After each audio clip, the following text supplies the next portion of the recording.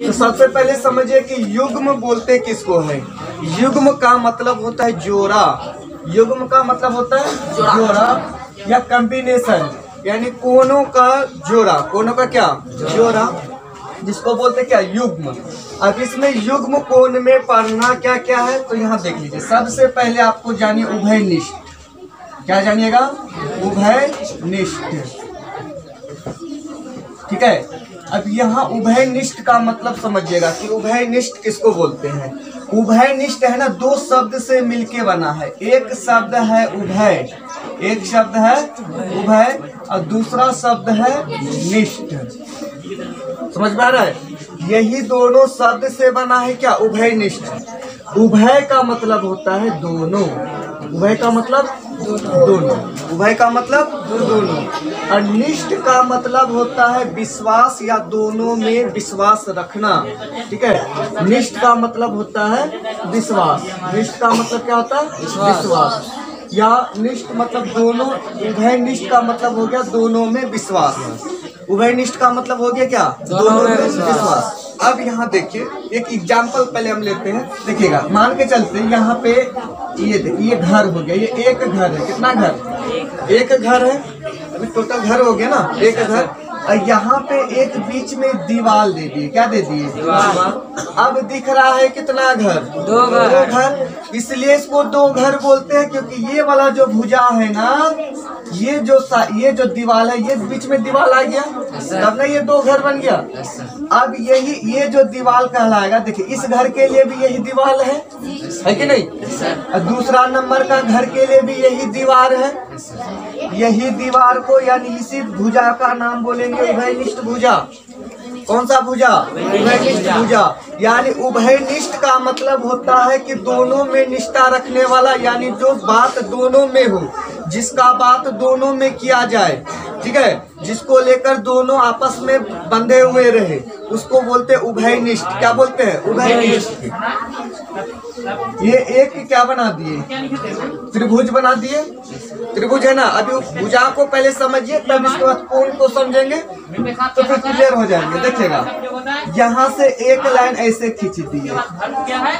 अब आपको दिखता होगा कितना त्रिभुज? दो। चले मान के चल, ठीक है, आप लोग को दो ही त्रिभुज दिख रहा है तो दो ही त्रिभुज लेते हैं। ठीक है। ऐसे तीन त्रिभुज। कितना त्रिभुज है? तीन। दो ही त्रिभुज दिख रहे हैं आप लोगों को। अभी दो ही त्रिभुज लेते, देखिए ए बी सी डी। देखिए यहाँ देखिएगा ना, तीन त्रिभुज है। कितना त्रिभुज? तीन। पहला त्रिभुज है ए बी सी, बड़ा वाला त्रिभुज ए बी सी। और दूसरा त्रिभुज है ए बी डी। और तीसरा त्रिभुज है बी सी डी। देख रहे हैं, तीन त्रिभुज है। कितना त्रिभुज है? अब इस तीन त्रिभुज में आपको ढूंढना है उभयनिष्ठ भुजा को। इसको ढूंढना है उभयनिष्ठ भुजा को। अब बता सकते हैं कि इसमें कौन कौन सा उभयनिष्ठ भुजा होगा? आप ये दो त्रिभुज में बात कीजिएगा ना, तो एक भुजा जो है ना उभयनिष्ठ हो जाएगा। एक भुजा क्या होंगे? उभयनिष्ठ। कौन सा त्रिभुज में? ए बी सी और A B D. A B C और ए बी डी। देखिए, जब भुजा ढूंढना है तो त्रिभुज में देखना है, जब कोण ढूंढना है तो कोण सब में देखना है। समझ में आ रहा बात? देखिएगा, त्रिभुज कौन सा? A B C. तो यहाँ देखिए, बड़ा बड़ा त्रिभुज ए बी सी, ये त्रिभुज हो गया।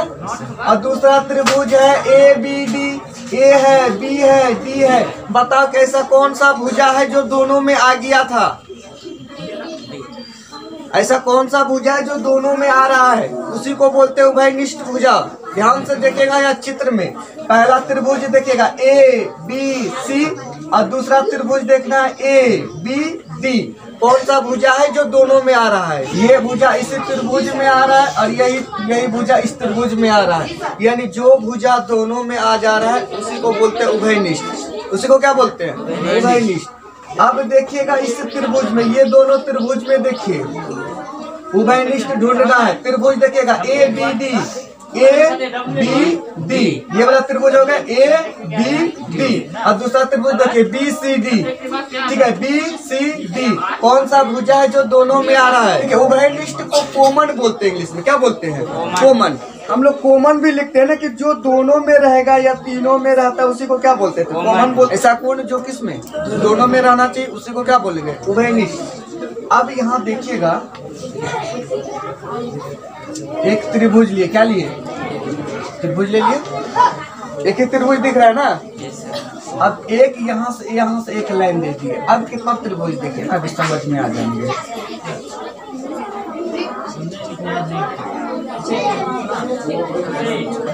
है समझ में?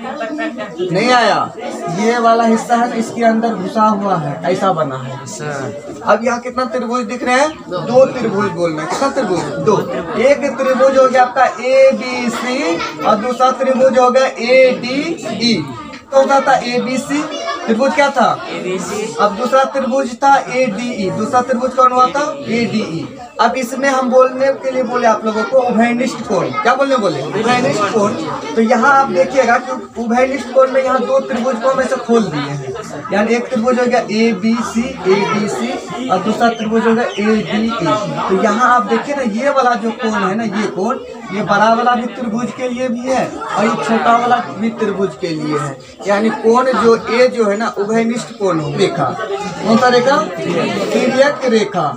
देखिए जब रेखा समांतर होंगे और एक रेखा क्या होंगे? तिर्यक रेखा होंगे, तब उसमें उस स्थिति में कौन सा कोण बनते हैं उस कोण को हम लोग पढ़ेंगे। ठीक है, देखिए समांतर रेखाएं, एक रेखा दूसरे रेखा से कैसा होना चाहिए? समांतर। और एक कौन सा रेखा होना चाहिए? तिर्यक रेखा, जिसको बोलते हैं तिरछी रेखा। क्या बोलते हैं इसको? तिरछी रेखा। तब इस स्थिति में हम लोग देखते हैं ना, यहाँ 8 कोण होते हैं। कितना कोण? 8 कोण, यानी 4 कोण इसमें और 4 कोण इसमें।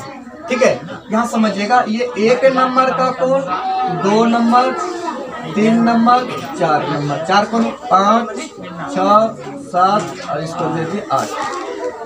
समझिएगा यहाँ जब समांतर रेखा, यहाँ 2 समांतर रेखाएं लिए तो कितना कोण? 8 कोण।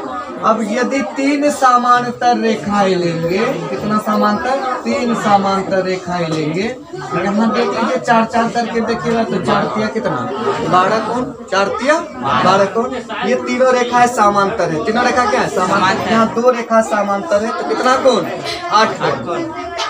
अब इस 8 कोण में हर एक सभी कोण को हम लोग एक एक करके थोड़ा जानते हैं। देखिएगा, सबसे पहले जानिए अंतः कोण। कौन सा कोण? अंतः कोण। फिर इसके बाद दूसरा नंबर में जानना है बाह्य कोण। बाह्य कोण। तीसरा नंबर में जानना है शीर्षाभिमुख कोण।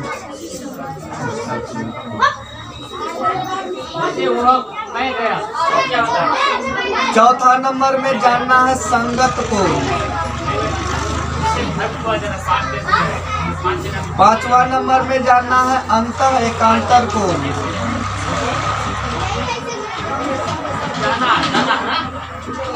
6ठा नंबर में जानना है बाह्य एकांतर कोण।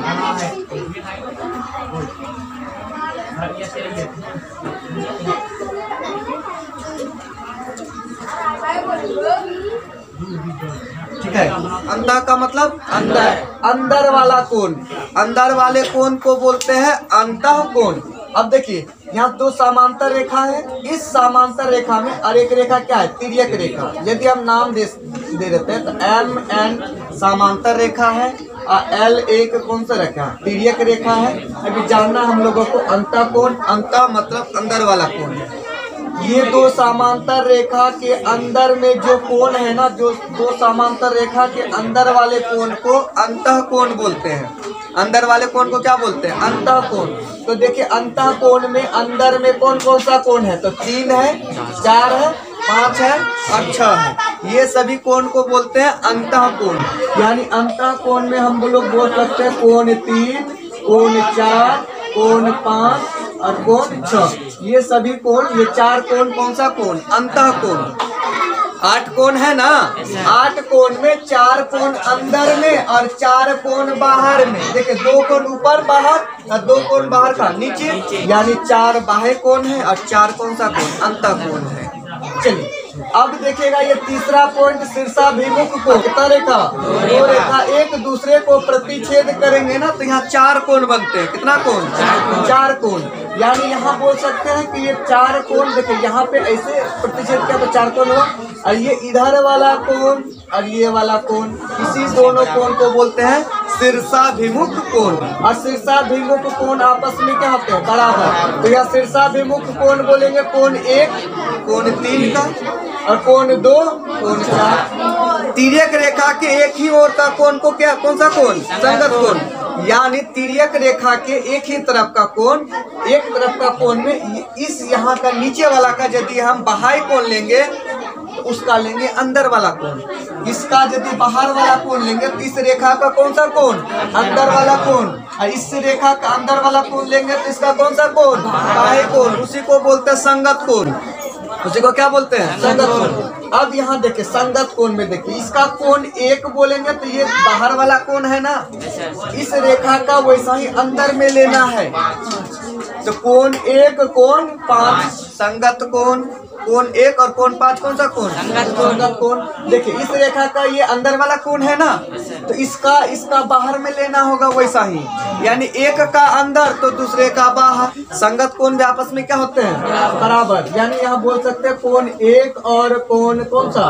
5। फिर इसके बाद कोण 2 और कोण 6। इसी तरह आप इस तरीका से आप लिख सकते हैं कोण 4 और कोण 8, कोण 3 और कोण 7। ये कोण कौन सा कोण कहलाएंगे?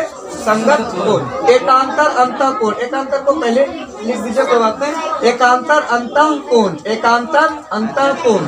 अब एकांतर का मतलब एक दूसरे से अंतर, और कहाँ कौन सा कोण बोलता है? अंदर वाला। कौन सा कोण? देखिए अंदर में ये वाला कोण होगा, ठीक है, और बोलेगा अंतर, बोला एकांतर, एक दूसरे से अंतर। अंदर में देखना है एक दूसरे से अंतर। ये 3 बोलेंगे तो इसका अंतर देखना है 5। ये 4 बोलेंगे तो अंतर देखना है 6। 3 कोण 3 और कोण 5, कोण 4 और कोण 6। ये कौन सा कोण कहलाएंगे? अंतर एकांतर कोण। अब उसी तरह देख लीजिए ना बाह्य एकांतर कोण में, बाह्य मतलब हो गया बाहर का, बाह्य मतलब बाहर का एक दूसरे से अंतर वाला कोण। देखिए बाहर में 1 है, उसका अंतर देखना है 7, 2 है 8,